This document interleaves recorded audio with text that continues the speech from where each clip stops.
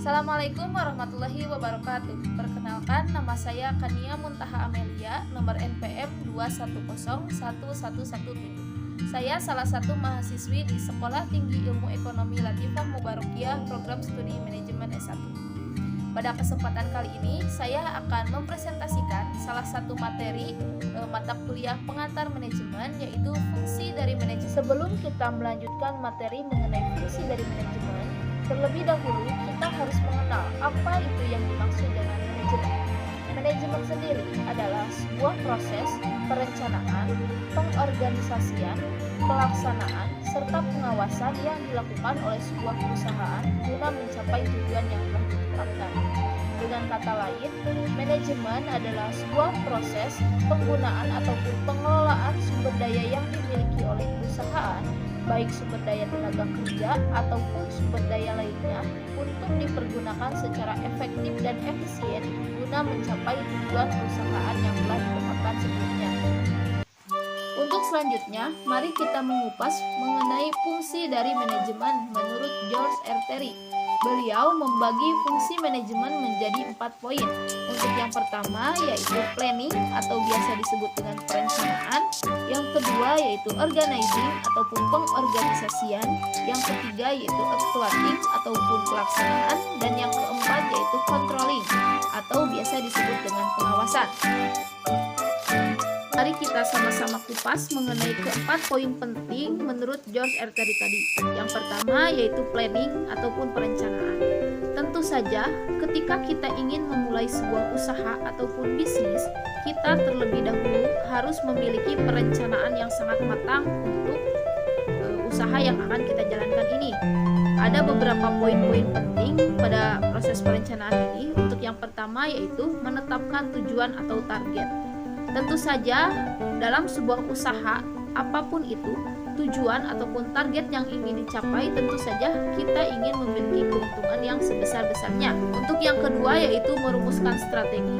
Kita harus mempunyai strategi ataupun langkah-langkah yang kita pergunakan untuk mencapai tujuan dari organisasi. Untuk yang ketiga yaitu menentukan sumber daya yang diperlukan.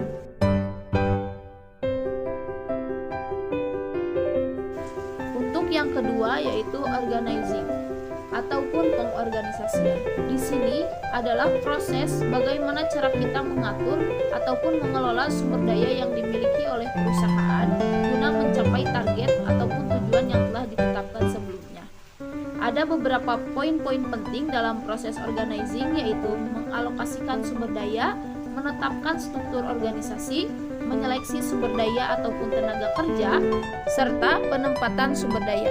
Dalam proses organizing ini, kita harus bisa mengelola sumber daya secara baik dan tepat, salah satunya seperti menetapkan struktur organisasi, menetapkan tenaga kerja pada tempat-tempat spesialisasi mereka, agar dalam pelaksanaan proses pekerjaan, mereka bisa bekerja secara efektif dan efisien. Dan seperti contoh berikut ini, yaitu sebuah struktur organisasi dengan tujuan adanya pembagian kerja pada setiap tenaga kerja ataupun individu, supaya mereka bisa lebih fokus dan bisa mengerahkan segala kemampuan mereka pada setiap bidang yang mereka pegang ataupun yang dikelola. Untuk fungsi yang ketiga yaitu actuating ataupun pergerakan. Actuating sendiri adalah suatu proses mendorong seluruh anggota organisasi untuk bekerja ataupun berusaha dengan semaksimal mungkin sesuai dengan perencanaan dengan usaha-usaha pengorganisasian yang dilakukan oleh pimpinan guna mencapai tujuan yang telah ditetapkan sebelumnya. Di sini ada beberapa faktor-faktor pendorong dari pergerakan sendiri, yaitu yang pertama yaitu leadership ataupun kepemimpinan, sikap dan moral, tata hubungan, perangsang, supervisi, dan disiplin. Tentu saja dalam proses pelaksanaan dalam organisasi diperlukannya sebuah kepemimpinan yang baik untuk mengelola seluruh sumber daya. Untuk fungsi yang terakhir yaitu controlling ataupun proses pengawasan.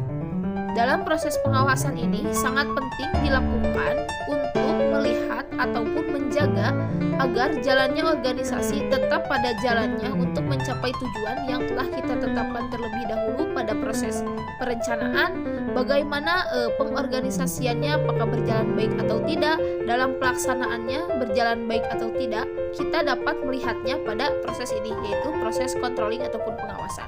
Dalam pengawasan ini kita bisa mengevaluasi kinerja organisasi, apakah telah sesuai dengan yang diharapkan, apakah sudah sesuai dengan perencanaan yang sebelumnya telah ditetapkan. Tentu saja dalam membuat sebuah organisasi, ketika kita ingin mencapai tujuan yang telah ditetapkan, kita terlebih dahulu harus melakukan perencanaan yang baik. Setelah itu, kita harus bisa mengorganisasikan ataupun mengelola sumber daya yang dimiliki secara efektif dan efisien untuk mencapai tujuan. Setelah itu, kita harus melaksanakannya sesuai dengan tujuan yang baik, yang terencana, agar segala hal yang dilakukan itu sesuai dengan yang telah ditetapkan.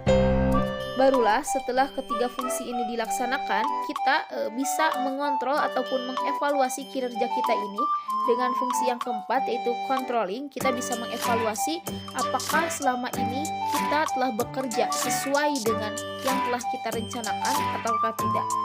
Setelah itu, jika misalkan ada sesuatu yang kurang, kita bisa memperbaikinya guna untuk mencapai tujuan kita di masa yang akan datang secara lebih baik lagi dibandingkan dengan kinerja kita sekarang. Oke guys, terima kasih kepada yang telah menyaksikan video ini. Mudah-mudahan video ini bisa bermanfaat. Jangan lupa like, comment, and subscribe. See you to the next video. Assalamualaikum warahmatullahi wabarakatuh.